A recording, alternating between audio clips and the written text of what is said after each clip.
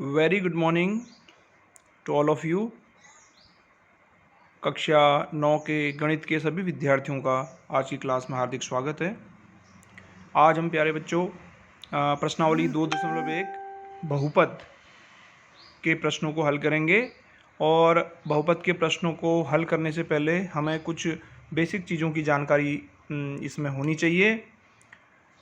तो बहुपद को समझने से पहले देखिए कुछ और टर्म्स के बारे में हम लोग सीखेंगे कि चर राशियाँ क्या होती हैं, अचर राशियाँ क्या होती हैं, बीजी व्यंजक क्या होते हैं। उसके बाद हम बहुपद की बात करेंगे। तो सबसे पहले देखिए हम लोग सबसे पहले बात करते हैं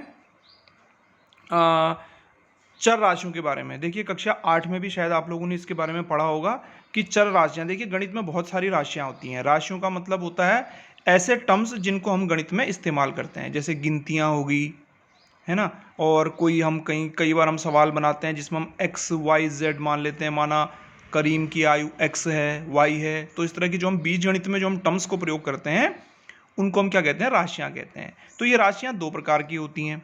क्या होती हैं दो प्रकार की राशियाँ? देखिए ये दो प्रकार की राशियाँ होती हैं। पहली राशि जो होती है उसको कहते हैं चर राशियाँ। अब ये चर राशियाँ देखिए क्या होती हैं। चर राशियों का मतलब है ऐसी राशियां जिनका मान निश्चित न हो। इसमें हमने लिख रखा है कि ऐसी राशियां जिनका मान निश्चित न हो। इसका अर्थ यह है कि जैसे हम कोई सवाल बनाते हैं तो उसमें x का मान कभी कुछ आता है, कभी कुछ आता है। हर प्रश्न में प्रश्न के हिसाब से उसका मान बदलता रहता है। तो इस प्रकार से हम जो भी मान लेते हैं गणित के प्रश्नों को हल करने के लिए, उन राशियों को हम क्या कहते हैं, चर राशियां। जैसे x, y, z, t इत्यादि इस तरह की जो भी राशियां हैं, हम कभी p, q, r भी मान लेते हैं। तो ये सारी राशियां कैसी कहलाती हैं? चर राशियां कहलाती हैं। उसके बाद जो दूसरी राशियां होती हैं, दूसरी राशियां कहलाती हैं अचर राशियां। तो ये अचर राशियों में देखिए क्या होता है। अचर राशियों में ऐसी राशियां आती हैं जिनका मान निश्चित होता है। निश्चित का मतलब है कि फिक्स मान है उनका। जैसे गिनती की संख्याएं इसमें आती हैं।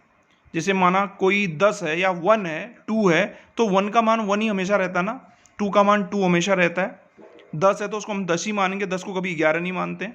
तो इस तरह की जो राशियां वो क्या कहलाती हैं, अचर राशियां। तो सिंपली आपको ये समझना है कि जितनी भी गिनतियां होती हैं हमारी, वो उसको हम अचर राशियां मानते हैं। और जो एक्स वाई जेड टी जो होती हैं उनको हम क्या मान लेते हैं, चर राशियां। क्लियर हो गया। नेक्स्ट देखिए, इसके बाद बारी आती है कि बीजी व्यंजक क्या है, कि किसको हम बीजी व्यंजक कहते हैं। देखिए बीजी व्यंजक का मतलब होता है जब भी हम चर और अचर राशियों के मेल, यानी कि चर राशियों को और अचर राशियों को मिला के जब हम कोई पदों को बनाते हैं तो हम उसको क्या कहते हैं, बीजीय व्यंजक कहते हैं। यानी चर तथा अचर राशियों के मेल एवं गणितीय संक्रियाएं। देखो एक शब्द यहां पर आया, गणितीय संक्रियाएं। गणितीय संक्रियाओं का अर्थ होता है कि गणितीय संक्रियाएं हमारी चार होती हैं: जोड़, घटाना, गुणा, भाग।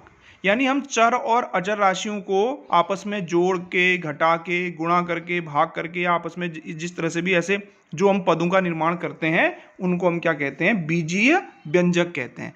जैसे यहाँ पर देखो कुछ उदाहरण दिए हैं। 2x है तो यहाँ पर आप देख रहे हैं कि 2 और x को गुणा करके बना रखा है। यहाँ पर x धन 3 है, यानी x में हमने 3 को जोड़ा। x देखिए चर राशि हो गई, 3 जो है अचर राशि हो गई। इसी प्रकार एक और हमारे सामने देखिए एक पद है एक्स स्क्वायर धन 2x धन 5। यानी इसमें भी हमने क्या किया, चर राशियां और अचर राशियों को आपस में गुणा भी किया है, जोड़ भी रखा है। तो इस तरह से हमारे जो पद बने हैं इनको हम क्या कहेंगे, बीजीय व्यंजक कहेंगे। यहाँ पर देखिए एक्स वाई जेड 3 अलग अलग तरह के चर हैं, इनको हमने जोड़ के क्या बनाया, एक बीजीय व्यंजक बनाया।